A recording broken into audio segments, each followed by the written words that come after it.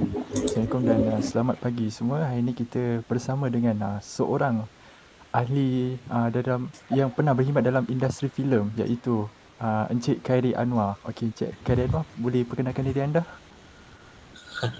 Hmm.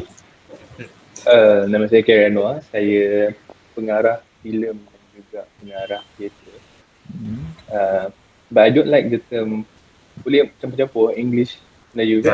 Yeah, it's fine, it's fine. Okay, I don't like the term director sangat because I like the term storyteller sebab I also write dan juga mengarah. And I will be more comfortable kalau saya yang menulis dan mengarah because I know the creative art overall. So yes, so I'm a storyteller for stage dan juga screen lah. Screen is film, TV. So, Tapi Encik, saya nak tanya. Encik hmm, sebenarnya daripada law kan? betul. Saya Tapi macam mana boleh belajar, boleh masuk ke industri filem ni? Tiba-tiba. dia tak tiba-tiba sebenarnya sebab masa sekolah menengah, Hmm. saya sekolah dekat SBPI Sabak Bernam. And then masa umur saya 14 tahun, saya dapat satu digital camera ni. Bodoh gila. So digital camera ni kalau korang tahu, tak tahu ada korang ada ke tak zaman ni. Tapi bila korang tekan on, dia punya lens tu keluar. Oh. Dia that kind of digital camera lah. So I got that digital camera daripada mak saya. And then the first day masa umur saya 14 tahun, the first year tu, Januari saya bawa kamera pergi sekolah. Semua orang excited and then we shot our first short film. Short film lah. Orang yang bodoh lah. But that was the moment that I know that saya nak khidmat sebagai seorang yang buat ataupun jadi seorang filmmaker. So after SPM sebenarnya saya nak belajar filem tapi mak saya tak bagi. Ingat visual agent tahun itu. Masa tu saya dapat good grades dalam SPM, was a hit student, and then all other stuff, and then belajar ke SBP lagi kan. So dia kata kenapa nak buang masa belajar filem, and then saya belajar law instead. So tapi masa saya buat law tu saya juga masih mencari kawan-kawan nak buat short film tapi tak jumpa. Tapi masa buat law tu lah saya jumpa teater. Saya jumpa kawan-kawan teater, saya buat beberapa teater, and then saya create saya punya company nama dia Anomalous Production. Daripada dalam UiTM, saya bawa keluar UiTM buat teater dulu, and then baru kita buat short film and everything else lah. Okay. Okay, see. Menarik juga pengalaman daripada seorang minat filem daripada kamera compact tu sampai ke Camera compact. sampai ke sekarang siap ada company Anomalies Anomalous Production. Production. Macam mana korang tahu pasal apa? Saya. Korang tengok filem ke? Korang tahu short filem ke? Saya dapat kontak daripada kawan saya. Cik tahu tak Baukuan nama dia? Sebab dia ada share kontak tu. Sebab saya ada tanya dia since dia pun selalu berlakon dalam commercial. So saya try lah tanya dia. Lion korang panggil dia Baukuan je. Because he's my classmate dulu. I see. Masa sekolah menengah. Selama mendengar dulu.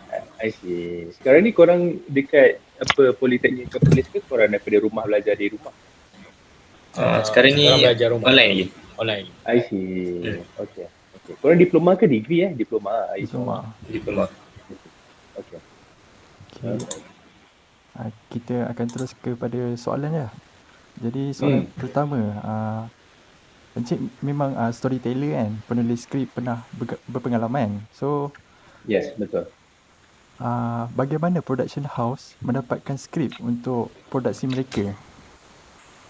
Bagaimana production house mendapatkan skrip? Menulis lah. Tapi kalau if I may, ini kau bertanya untuk filem ke? Untuk telemovie ke? Untuk filem yang berdurasi 60 minit ke atas. Filem lah, so dia tak keluar kat TV? Dia jadi juga 60 minit untuk drama kan. I see. Kalau dua-dua lah. Okay, so ada a few cara untuk dapatkan skrip. Panjang cerita, tapi kalau I were to simplify, ada 3 cara untuk kita start a story ya, bukan skrip lah. Start a story. Dalam mana-mana production akan ada 3 orang, akan ada producer, akan ada director, akan ada scriptwriter. Okay. Kalau filem yang tak masuk TV, so contohnya filem macam Cuak, Berat Sapu, even macam Yasmin Ahmad punya filem Sepet, Mohsin whatsoever, the cerita akan datang daripada the director itself, macam Yasmin Ahmad. Yasmin Ahmad ada macam satu hari, aku rasa nak buat filem Sepet lah. So itu dia punya own initiative. Inisiatif tu dia rasa macam okay, aku rasa filem Sepet ni akan ada potential untuk dapatkan audience dan audience akan suka cerita ni. So director akan start. So lepas tu director ni akan either director ni menulis the same script and then dia direct and then dia cari producer. Macam okay, producer aku ada cerita ni Sepet, aku nak tolong producer. Betul tu. Second ni adalah daripada writer. Writer ni dia jenis yang dia tahu menulis, dia tahu jalan cerita tapi dia tak suka direct orang. Dia suka buat kerja. So dia suka kerja menulis lah. Cerita-cerita sini contohnya macam cerita Wira, cerita Pascal, diorang nama dia, diorang berdua Alfie Palermo, whatever. Ada beberapa orang writers ni, diorang suka menulis, diorang tak pernah direct. Proses sama juga. Tapi kalau nak bercakap pasal TV selalunya diorang ada diorang punya own cerita yang diorang cari. So, apa benda, contohnya kalau Syazani adalah Astro and then saya adalah director. So, Syazani cakap, Kylie, untuk slot bulan Januari dalam Astro serial ni ada kosong, boleh tak pitch story? And then saya dengan my team from a production house akan create 5 story, tapi ini bukan skrip lagi, 5 story je. Macam okay, ni story nombor 1, 2, 3, 4, 5, sekarang outline macam-macam. And then bagi kat Syazani. And Syazani, cerita nombor 2 dan 3 menarik, boleh develop. And then dia develop sikit lagi, tunjuk karakter whatsoever, and okay, cerita nombor 2 lah.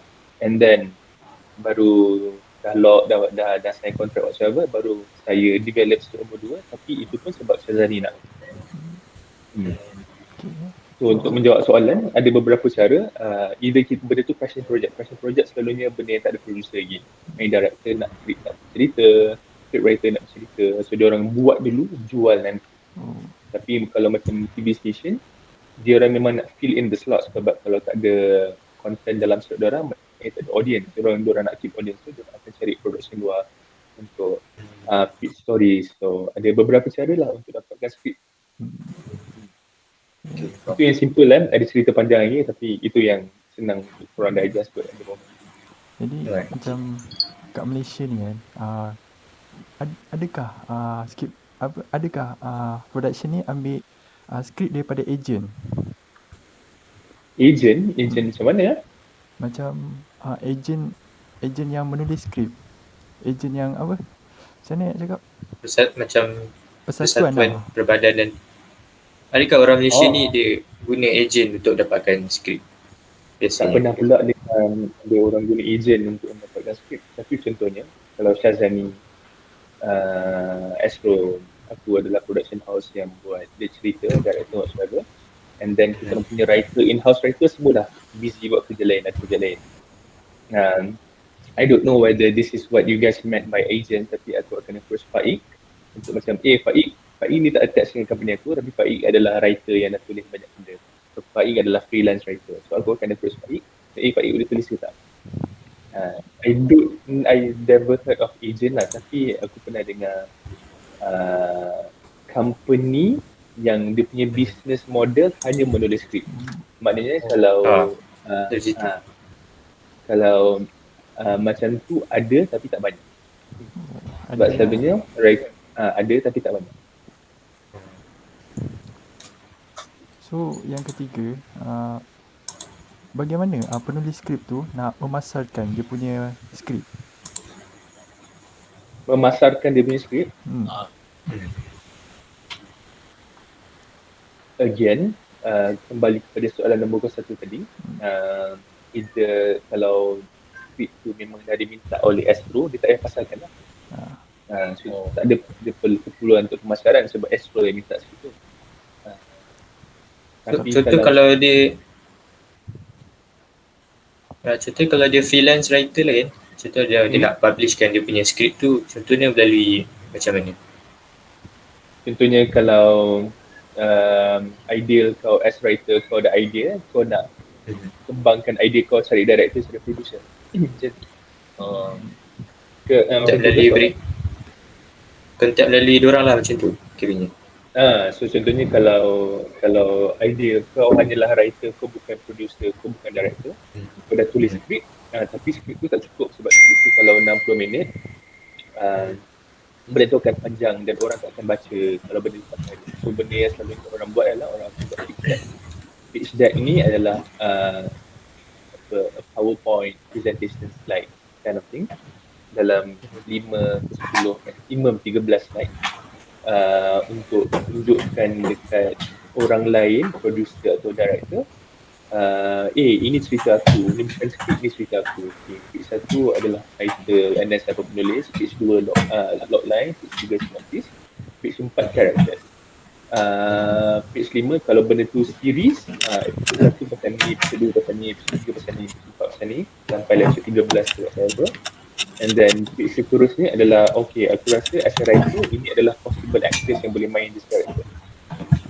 So itu adalah cara untuk script writer bagi tahu producer, aku nampak cerita ni kalau kita buat dekat Netflix macam ni. Tapi kalau Netflix ada budget ni, kita boleh bawa ke RTM, tapi RTM kita boleh bawa macam ni pula lah. Aktor kita bertukar, kita bertukar sikit. Kalau tak ke Astro macam ni pula. So writer kalau nak jual, dia kena ada that pitch deck lah. Sebab kalau dah ada skrip bagus, tapi orang jarang baca skrip sebab skrip tak menarik kan. Dia macam just flat macam tu yang kena baca, kena ambil masa. Selalunya producer dan director ni diorang tak ada masa, diorang hanya akan tengok pitch deck, diorang akan tengok pitch deck, diorang dapat ada idea apa sekali. Bagaimana macam mana penetapan harga skrip lah? Penetapan harga skrip ikut pada duration ke?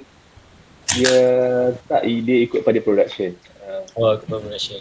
Ikut pada production. Contohnya, View bayar scriptwriters lebih daripada Astro. Astro bayar lebih daripada freelance filmmaker. Tapi rasanya LTM, Astro, Media Prima ada diorang punya own rate sendiri. Tapi kalau freelance normally skrip 30 minit, which is dalam 20 muka surat, 20 ke 25 muka surat, diorang akan bayar dalam 4 ke 6,700 tentu. Tapi kalau feature filem lain, contohnya kalau kau tulis skrip Wira, dia punya harga lain dengan kita buat skrip Mokrin. Sebab itu genre berlainan. So kalau harga skrip berbeza sebab contohnya kalau kau buat skrip dokumentari, lagi mahal sebab kau kena pergi dan research. Kau kena spend masa kau as a writer pergi berinterview orang, pergi tempat tu, bercakap dengan orang dekat tempat tu. Sebab kalau kau buat skrip dokumentari ni pada nelayan dekat KL, kau kena pukul lah. Sebab kau tak pergi interview nelayan tu. So itu akan lebih mahal. So dia tak ada, again, creative writing, dia tak ada an exact amount untuk ni sebab creative writing ni intangible. Maksudnya kita tak boleh nak kira macam bukan 1 banding 1 banding 2. Bukan 20 minit sampai 20 muka surat skrip sampai dengan RM500 sama. Sebab 20 minit sampai 20 muka surat skrip tu tengok whether kau spend time masa seminggu ke atau 2 hari ataupun 2 bulan. Itu tak masuk lagi whether kau kena pergi research ke tak, whether kau kena idea tu idea kau seorang ataupun idea kau dengan orang lain. So dia intangible lah, benda tu susah untuk kita kira.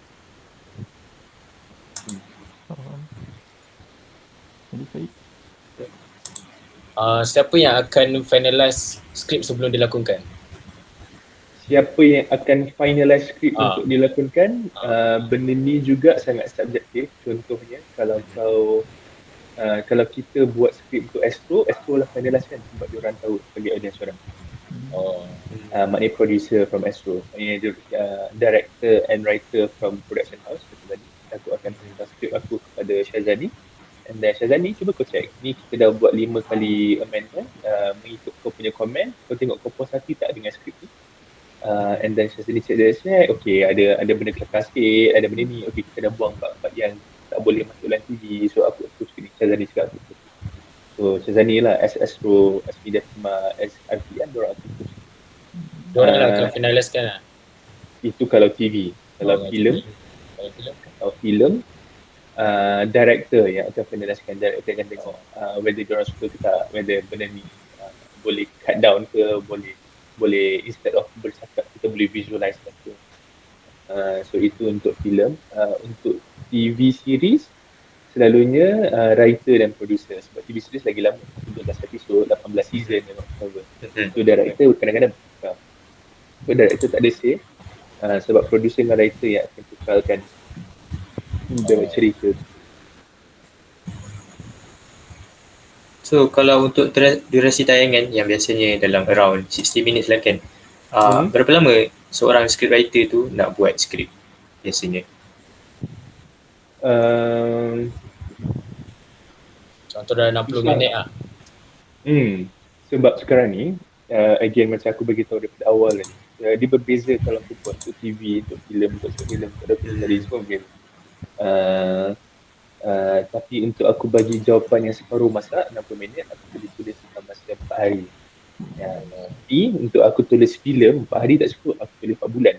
Sebab filem kena, dia bukan drama cinta yang tak ada research dekat TV3. Sebab contohnya kalau aku kena buat filem, contohnya kita ambil filem again Sepet kita kena pergi Ipoh, kita kena cakap sebab itu ada sensitive issues between British and orang Melayu dengan Cina. Dan filem dia tak ada exact date untuk kita air. Contohnya macam aku tulis untuk Astro dia tu, okay Januari aku kena air benda ni, maknanya by November aku nak skrip tu siap, and then December kita shoot. So TV ada exact date. So maknanya TV ada exact timeline. Filem mungkin tak ada. Filem mungkin rasa macam director, jangan rushing, aku tak rushing kan. Aku nak ambil masa untuk aku tulis. So it varies lah, it depends. It varies lah, tapi aku rasa dalam research korang ni untuk buat pasal TV, sebab creative writing dia tak ada exact timeline unless producer minta. Maknanya producer nak aku die aku mati-mati nak filem ni keluar March bulan tahun depan. So and then baru kita buat an exact timing. Tapi again jawapan separuh masa aku 60 minit yang kalau aku nak tulis cerita cinta atau cerita kelakar atau whatsoever, aku boleh dalam 4 hari. Tapi aku as writer aku tak suka 4 hari tu. Kalau boleh aku nak spend time sebulan ataupun at least 3 minggu untuk aku buat research, untuk aku bersembang dengan orang, untuk aku tengok film references, untuk aku create a good story lah. So 4 hari tu adalah jawapan aku yang tak matang. Untuk aku macam, kau nak aku tulis 60 minit 4 hari, aku boleh buat, tak ada masalah.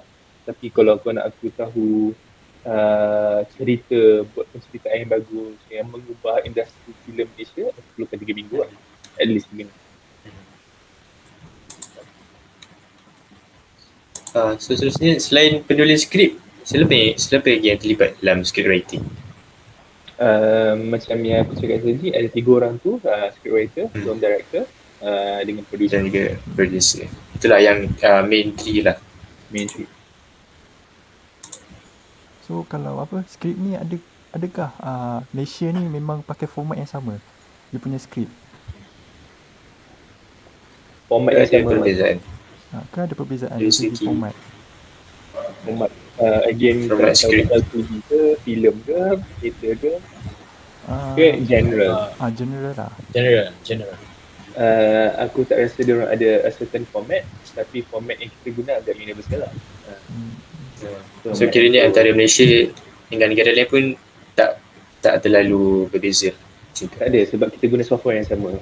So dia tak ada perbezaan. And then cara kita belajar pun, cara nak tahu kostum ataupun art, ataupun mana berdialog, mana yang screenplays, kita dah tahu a certain format lah. So and then kalau kita bukan professional scriptwriter pun, tapi macam orang yang selalu menulis skrip, kita tahu okay ada certain software yang menyenangkan kerja kita untuk menaikkan. Dia ada software apa khas untuk scriptwriter, ada? Ada banyak, ada dia lebih daripada 10-15. Oh, Ada yang free, ada yang berbayar. ingat pakai Word je. Tak, Tak. paling paling paling famous is Final Draft. Nama Oh. nama software tu Final Draft. Ada Betul. Final Draft, ada Celtx, CELTX. Ada yang aku guna sebab benda tu free adalah Fade-in, FADE, Jarain. Fade-in. Ada orang guna Duet Writers, Duet Writer, dan banyak lagi lah. Ada software untuk menulis skrip. So dia tak bazir masa kau. Contohnya skrip tu 60 muka surat. So kau nak tulis nama karakter pun kau dah ambil masa 13 saat tu tulis. So dia benda tu klik je. So dia nak, kalau nak edit, kau boleh edit by scene. So dia permudahkan lah, memudahkan. Dia permudahkan.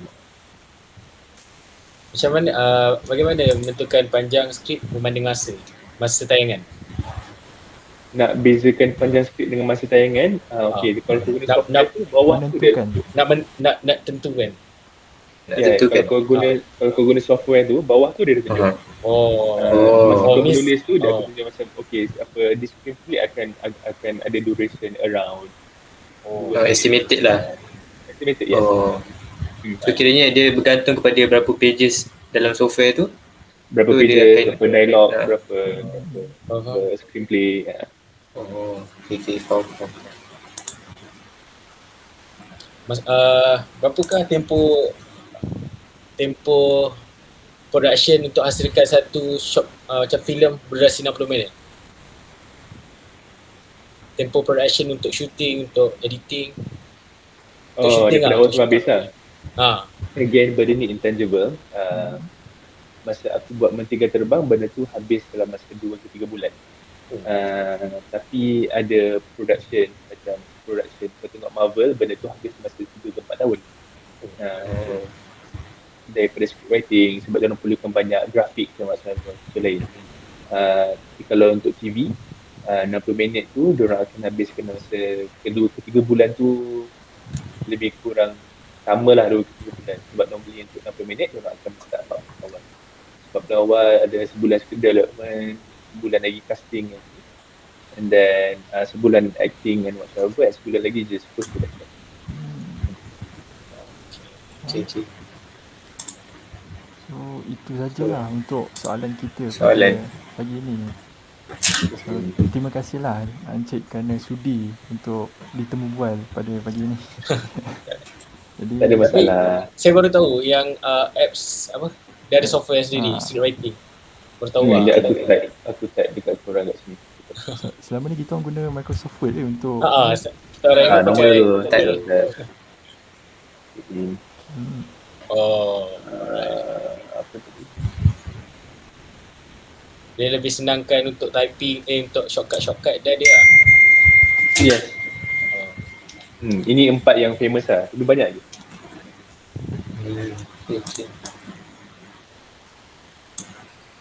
Korang ni belajar, aku tak tahu yang Politeknik dekat Perlis ada course video and film. Berapa tahun lah korang punya diploma? 3 years. 3 years. Lepas tu korang boleh sambung degree. 6 years. Degree dekat UiTM kan? Boleh sambung. Dekat Sikap Poli degree sambung. kat UiTM. I see. Korang masuk UiTM kita lah, dekat Pusat Perdana tu kan? I see. Korang dah buat short film belum masa korang belajar ni? Belum lagi. Short film belum. Kebanyakan ni paling-paling pun short video lah. Short video. Short video apa lah? Video macam like few video saya macam main shot angle ni, white shot semua, composition, itulah. Composition. Enjoying your life so far? Okay lah. Tapi online ni macam payah sikit lah. Macam kurang sikit lah berbanding dengan face to face. Of course. Sebab shooting nak buat online susah lah kan. Keadaan. Aku punya kalau tapi kalau perempuan lain tak bagi nama aku kat korang tak kenal aku kan, betul tak? Betul. Okay. So aku rasa untuk kau tengok, sebab aku akan bagi kau satu link kalau korang nak tengok. Ini short film lah, senang untuk korang digest. So So ini adalah short film aku yang proper.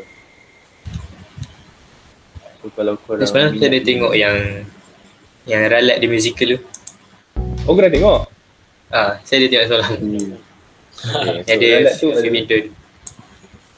so ralat tu adalah kerja yang paling aku suka sebab aku tak ada creative blocking daripada producer. So maknanya aku menulis dan aku juga mengarah. So aku boleh buat apa benda aku nak.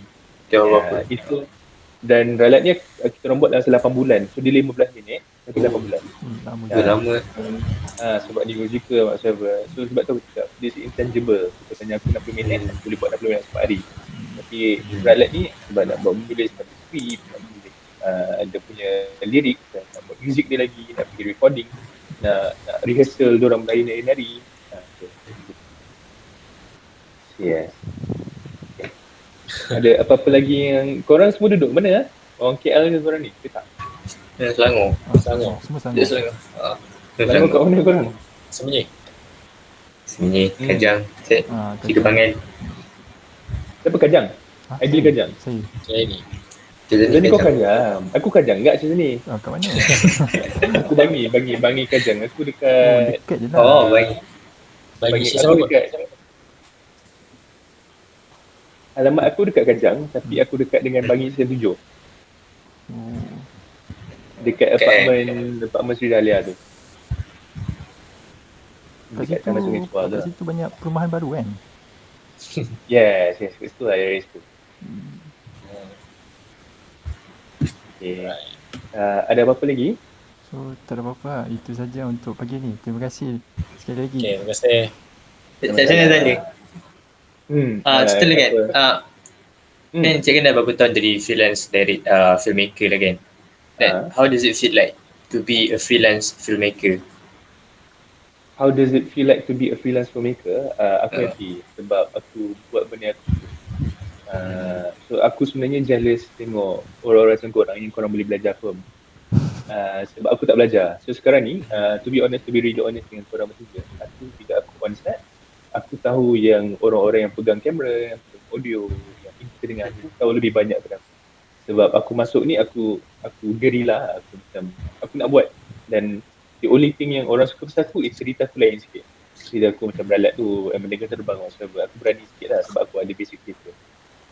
Dan lain-lain semua macam, aku rasa shots korang tahu pada aku, kena nak buat benda. Jadi technicality stuff aku tak tahu. So aku tengah dalam proses nak sambung belajar untuk belajar masters in filmmaking lah. Tapi tak tahu dari rezeki tak aku tengah betul. Tapi aku happy buat benda aku suka lah. Sebab aku pernah kerja sebagai lawyer. Tahun lah aku depressed lah. So aku berhenti, aku terus fokus dekat theater dengan video production filmmaking lah. So aku punya nasihat adalah kalau korang suka, korang teruskan lah. Korang akan terus belajar. Untuk Nak tanya lagi? ada soalan lah. Tanya baik. Tanya. Aku free. Untuk kos, bukan untuk kos ni lah, untuk bidang ni kan, macam dia rasa macam kukuh tak untuk long term akan datang lah. Dia kukuh, dia sangat kukuh sebenarnya. Tapi kau kena tahu apa benda yang kau nak. Contohnya macam aku memang nak jadi writer director, tapi aku rasa dengan kekurangan aku yang tak tahu nak pegang kamera. Contohnya kau bagi aku kamera apa pun, apa ARRI ke, even DSLR ke, mirrorless ke, whatsoever, aku tahu shooting automatic. So aku perlukan a DOP. Contohnya kalau Faid kau nak jadi DOP, kau kena fokus on tahu DOP daripada A sampai Z. Main kau kena tahu kamera, kau kena tahu lighting, kau kena tahu mana angle apa yang nak buat untuk karakter nampak besar. So bila kau fokus and superior dalam part DOP, orang akan cari kau untuk DOP. Contohnya, tapi kalau kau nak fokus benda lain, contohnya ada seorang pengarah yang aku suka namanya Razai Syarmashi. Dia direct pusaka, CEO, and then baru-baru ni anchor SPM. So dia mengarah, tapi dia punya forte, dia punya kekuatan adalah editing. So sebab tu dia kuat. Sebab tu semua cerita dia cantik. Sebab dia ada a team, an office, a group of company yang fokus for editing je. Semua banyak. So aku suka bekerja dengan dia sebab editing dia cantik. So masa dia shooting tu dia dah tahu dia nak edit something. Kalau grading ke lawa. Kalau grading Ada seorang ni pula dia fokus kat writing je, maknanya story dia memang kemas, tak ada loopholes, tak ada apa, karakter dia cantik and whatever. Ada director yang fokus nak betul jadi director je. So kalau korang nak benda yang sekarang ni aku ada buat adalah aku buat benda yang intangible. So dalam filmmaking ni korang tahu ada dua benda. Ada benda yang intangible, benda yang kau boleh measure, ada cara nak ukur, and the second one ada benda yang intangible. So, benda yang tangible yang korang nak best adalah kalau korang belajar editing dengan DOP yang cinematography. Sebab benda ni orang nampak, cantik aku punya visual, cantik aku punya editing. So benda, at least orang boleh nampak itu. Benda yang tak boleh nak ukur adalah writing and directing. Sebab kalau directing sucks, orang akan kadang-kadang salahkan actor, kadang-kadang salahkan scriptwriter, kadang-kadang salahkan macam tak cantik. Sebenarnya contoh paling dekat adalah kalau korang ada Netflix, korang tengok Frontliners. Korang tengok Frontliners? Tahu. Frontliners tu, aku rasa kelemahan dia adalah pada scriptwriter dan pada director. Orang, sebab actor semua power. Actor semua mampu. Diorang ada budget. So, takkan kita salahkan actor pula. So, benda macam tu lah. So, benda tu benda yang kita tak nampak salah apa sebenarnya. Salah actor ke, salah director ke.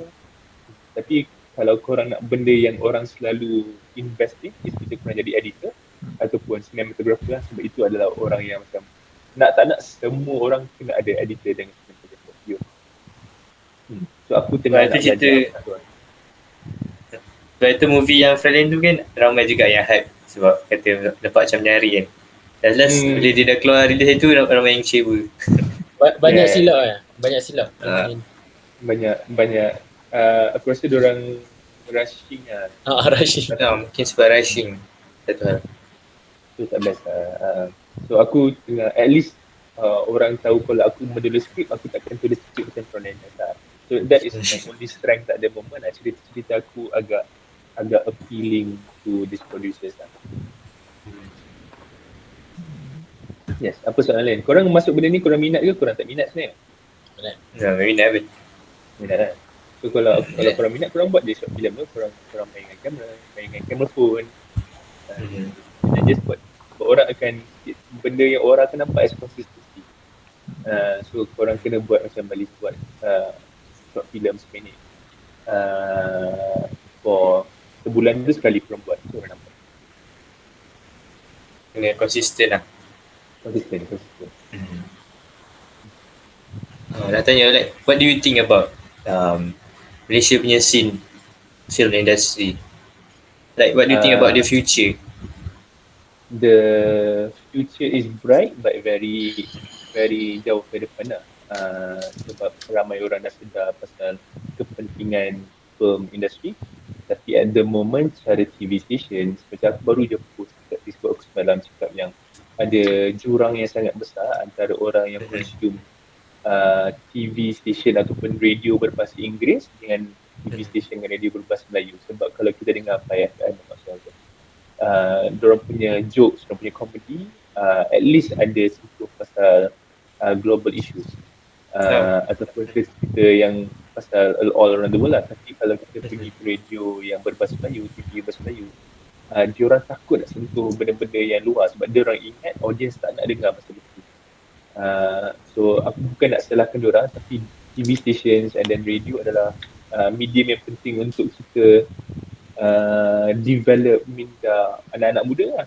So kalau diorang dah tengok Astro Ria daripada kecil yang diorang tahu yang getting married is always getting a divorce, ataupun kalau kau bercinta mesti akan bergaduh, kalau kau ada ayah kaya kau confirm tak duit ke diorang. So, kalau itu adalah the certain mentality yang kita tanam kat budak-budak, benda tu akan affect kita punya socio-ekologi nanti yang masa akan datang. Aku tak setuju. So aku dengan kawan-kawan aku tengah cuba untuk tulis skrip yang balance macam tu lah. Sorry. So yeah. Ada gerakan yang cuba untuk menentang benda tu, tapi susah lah sebab Astro Media Prima diorang ni ada duit, ada power. So menentang pun kita perlu duit pada diorang. So dan sekarang ni ada satu gerakan dekat US semenjak Netflix, Hulu, Amazon TV muncul, diorang ni gelarkan diri diorang digital media dan new media. So diorang mula-mula dulu masa Netflix buat content, diorang bayar sikit sebab Netflix tak famous. So diorang bayar sikit, so boleh tak buat. Tapi yang dulu bayar sikit tu, sampai sekarang diorang bayar sikit. So sekarang ni diorang kerja 14-16 jam sehari. So diorang sekarang ni kru produksi penggambaran dekat US tengah buat mogok. So sekarang ni diorang tengah start mogok. Ada dengar juga. So this mogok affect the whole film industry tau, sebab diorang ada satu union ni. Dekat Malaysia kalau kita mogok satu orang apa, satu orang mati betul tak? Sebab kita tak ada union yang menyatukan kita. Sebab tadi kita ada Finas dan Finas tak it's not on our side. Finas Kita ada beberapa persatuan pun bukan on our side. So susah. Tak kuat lah. And also what do you think about Malaysia punya censorship? Censorship, aku Malaysia punya filem. Aku tak setuju dengan Malaysia punya censorship. Okay, aku ada satu filem ni namanya Mentega Terbang. Korang semua kat KL kan? Datang tengok. Ada screening apa? Ada screening kejap aku hantar. Nanti aku hantar poster kat Syazani, nanti korang tengok lah. Okay, Mentega Terbang ni. Screening dia dekat GMBB. GMBB ni mall sebelah Pudu Raya. So kalau korang ada lagi, weekend ni Sabtu Ahad. Cerita dia pasal budak perempuan 15 tahun Muslim girl. Dia bertanya soalan tentang agama lain. Itu je. Saya tengok trailer je. Tapi kita orang tak ada pasal dia. So kita orang tak boleh masuk Astro, tak boleh masuk wayang. So kita orang boleh hanya buat private screening tu. The thing pasal penapisan filem dekat Malaysia adalah kenapa diorang allow benda-benda negatif contohnya. Adalah cakap negatif, tapi benda-benda yang merosakkan, benda yang rempit diorang allow. Scene dekat club diorang allow, scene ada sex scene diorang allow, scene rogol diorang allow, scene tattoo diorang allow. Tapi diorang tak allow benda-benda yang portrayal of love. Contohnya scene pegang tangan di antara suami isteri, scene cium pipi di antara anak kepada mak. Karakter lah. Tapi diorang allow benda-benda yang negatif, diorang tak allow benda-benda yang sebenarnya positif kan. Diorang tak allow benda-benda yang sepatutnya. And also, kalau diorang nak buat censorship dekat Malaysia, diorang kena censor benda yang masuk daripada luar ke dalam Malaysia. Contohnya, kalau kau Faiz, kau adalah LPF lah, kau menapis semua filem-filem Malaysia. Filem Malaysia tak boleh ada kissing scene, tak boleh ada sex scene, tak boleh ada sentuh bogel. Tapi kalau filem Malaysia tak ada, tapi filem US masuk bawa benda-benda situ, dia tengok juga. Betul. So, benda filem dekat Malaysia ni, kau filem tapis orang Malaysia je, tapi orang-orang luar tak tapis. Benda tu tak function lah. Orang Malaysia yang sangat, kau tak tengok Malaysia punya content, orang tengok orang Malaysia content kan. Sama juga. A good filter adalah macam dekat Iran, diorang filter diorang punya filmmakers buat benda-benda macam tu, tapi diorang juga filter yang masuk. Maknanya orang Iran, walaupun diorang disebabkan diorang tak ada konten yang masuk, diorang kena support film Iran. Sebab tu Iran punya filmmakers agak maju, sebab diorang walaupun ada banyak filtration kan, diorang kena banyak penapisan, tapi orang Iran kena tengok filem Iran sahaja, kebanyakan sebab diorang tak ada banyak option untuk tengok filem luar. Adalah kita tapis kita punya konten dekat dalam, kita bawa banyak masuk. Sebab tu lah kalau kau tanya aku nak tengok Gira atau Avengers, tengok Avengers. Sebab kita tak ada medium untuk kita paksa orang Malaysia tengok filem Malaysia sendiri kan. So ada banyak loopholes lah. One of the things sebab aku belajar law dulu, sebab orang yang buat law dekat Finas, dekat LPF dan whatsoever ni, diorang bukan filmmaker, diorang adalah lawmaker. So diorang tak law saja. Diorang tak tahu selok belok. Betul. So itulah. So banyak loopholes. So kau tanya aku sekarang ni ada banyak loopholes, tapi aku happy dengan apa yang aku buat. So aku rasa kita ada, at least ada benda yang kita nak perjuangkan lah. So kalau korang nak bising, korang bising daripada muda. Macam Zaflok tu start buat reviews umur-umur saya korang lah. So korang buat je. Korang jangan risau korang salah ke apa ke, korang buat sebab daripada kesalahan korang, korang akan belajar. Aku pun sebab aku tak belajar, aku buat banyak benda aku buat salah. So sebelum meralat, aku buat ada satu lagi short film tu bodoh nak mampus. So aku tak tunjuk benda Benda tu yang so aku dah buat beberapa filem bodoh, so aku boleh achieve lalat lah. So macam tu. So korang adalah the future of Malaysian film industry. So korang kena betul-betul passionate about film lah. Sebab aku tak ada dalam tak belajar, so tapi aku passionate, so aku rasa itu pun ambition aku.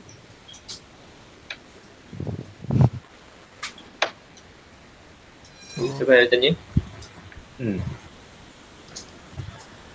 Aduh. So tak ada apa-apa lagi kan?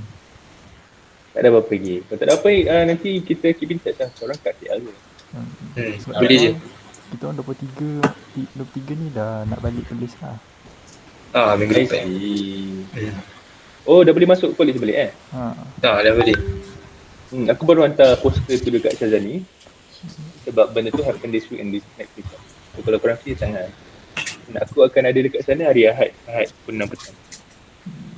Okay. Sure. InsyaAllah kalau korang free, kita datang. Okay, apa-apa nanti beli tiket tu je lah. Kalau tak ada pun nanti aku wish korang all the best lah. Apa-apa nanti korang refer je lah. Okay. Alright. Alright. Have a good day guys. Nanti Okay. apa-apa kita roger-roger. Okay. Okay. Terima kasih. Okay. Okay, Assalamualaikum. Salam. Salam.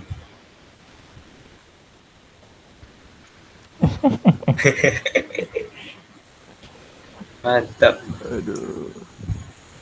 Bagi je. Itu pasal tak boleh